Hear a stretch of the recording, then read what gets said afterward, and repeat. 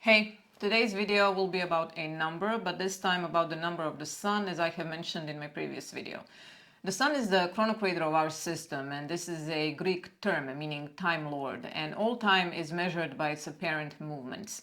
It has an apparent motion round the earth in 24 hours and 4 minutes, and an annual motion through the zodiac in 365 days, 5 hours, and around 48 minutes.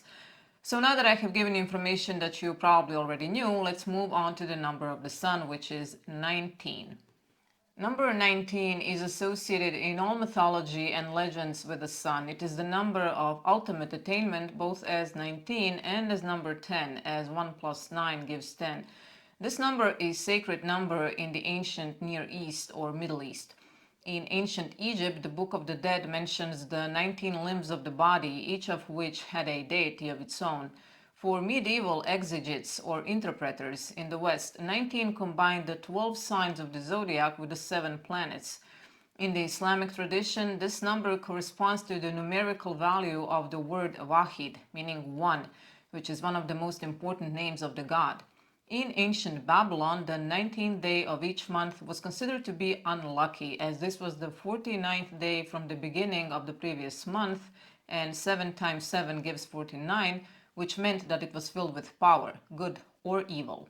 Astronomically speaking, 19 is connected with the Metonic cycle. So every 19 years, all the phases of the waxing and waning moon fall on the same days of the week during the whole solar year. There are 235 lunations or synodic months during the Metonic cycle. The Metonic cycle is a type of lunar calendar developed by ancient Greek astronomer Meton around 400 BC. He discovered that these 235 lunations make up a 19-year cycle that almost matched the solar year, the difference being, I think, in a couple of hours. Since the 5th century BC, it has been noted by astronomers that an eclipse of the sun occurs in the same longitude at intervals of 19 years, these eclipses being looked upon as of great value in predicting physical phenomena. 19 is also 8th prime number. Some of the interpretations of the number 19 are master of the sun, wisdom, great light, vital energy, magnetism, joy, happiness, strength, success, honor, elevation, and attainment. Among the many ornaments found in Egyptian tombs, there was a chain with 19 links completed by an oval amulet or vignette of Osiris, and the links were composed of 19 scarabs. Osiris was both the sun god and the god of the netherworld or underworld. In reality, he represented the sun when it has sunk below the horizon, while Ra is the sun in the daytime. Because of that, Egyptians always connected Osiris with initiation. He was the great initiate into whose care the departing soul was given and who later was to become identified with him, as every soul who passed the initiation or completed number 19 was called Osiris. White Island or Hyperborean land was a term applied to the continent occupied by the second or Hyperborean race, which was situated in what is now the polar regions. At some point, this term was also applied to England, including Wales and Ireland, which was also known as Albion, meaning white, because of the sacred college of druids or sun initiates established there. So sometimes druidic names and terms can be confused with the names in the ancient legends of the sun, such as the story of Latona, the mother of Apollo the sun. In Greek mythology, Leto, in Roman Latona, represents the polar region and the night, and is said to have been born in the previously mentioned Hyperborean land, where all the inhabitants were priests of Apollo. These priests celebrated the descent of Apollo the sun to their country every 19 years, and this would coincide with the eclipse of the sun. Latona represented the Hyperborean or White Island from which the sun or the illumination of spiritual understanding was given to the race. The legend says that after Latona gave birth to her son, she was driven out of her country under punishment of the gods, and the only place of refuge she could find was on the island of Delos, which was chained to the bottom of the sea until Jove, also known as Jupiter or Zeus, in pity permitted it to rise above the waters. This punishment of the gods by which Latona was driven away was the change in axis of the earth, after which the polar regions became uninhabitable land of the frozen north. Delos, the island changed to the bottom of the sea, points to a land that was formed at first by small islands rising out of the ocean. The meaning of Delos is island of delight, the esoteric meaning of which is the spiritual ecstasy, which is always chained or imprisoned in the depths of the sea until Jove, the light of sun initiation, sets it free. Pythagoras considered 19 as the denary or the 10 and the triad multiplied by itself. Eliphas Levi attributes 19 to the great work by building a highway from the infinite to absolute. In fact, he makes of number 19 the philosopher's stone, not in literal but in symbolic aspect. In Sefer Yetzirah, or Book of Creation, the 19th path is named the intelligence of all activities of the spiritual beings, as 19 represents the blending of all positive and negative activities. First, it is the gathering together of the forces produced in the mind of individual by all experiences in the outer world, the effort one has made to rule oneself and the experiences of one's faculties and the wisdom resulting therefrom, as wisdom is not an accumulated knowledge of things, but it is the result of understanding the experiences gained from the things accomplished and the mistakes made. Wisdom is also gained by observing and studying others and learning from their experiences. Kabbalistically, 19 is called the Luna flame and is sacred to the moon. Now, this sounds like a contradiction, but it is not. Luna flame is the force of the sun which has given its light to the moon.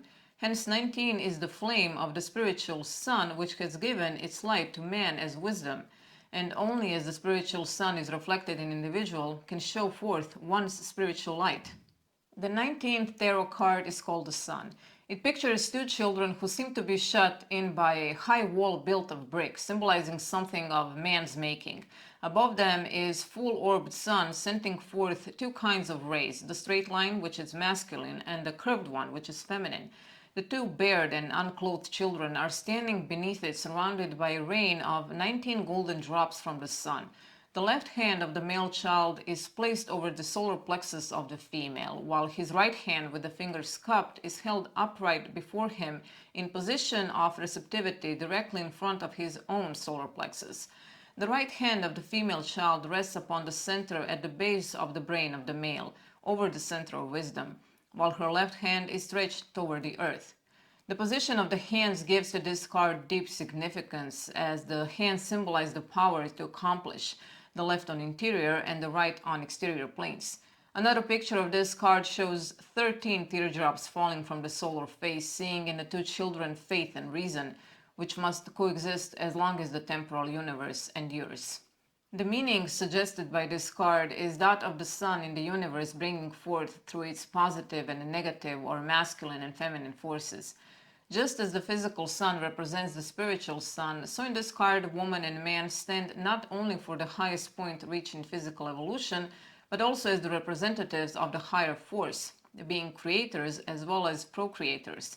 The positive magnetic force of the man awakens the solar plexus of the woman, which draws in the life force of the sun and sends it up the spine as the Kundalini fire.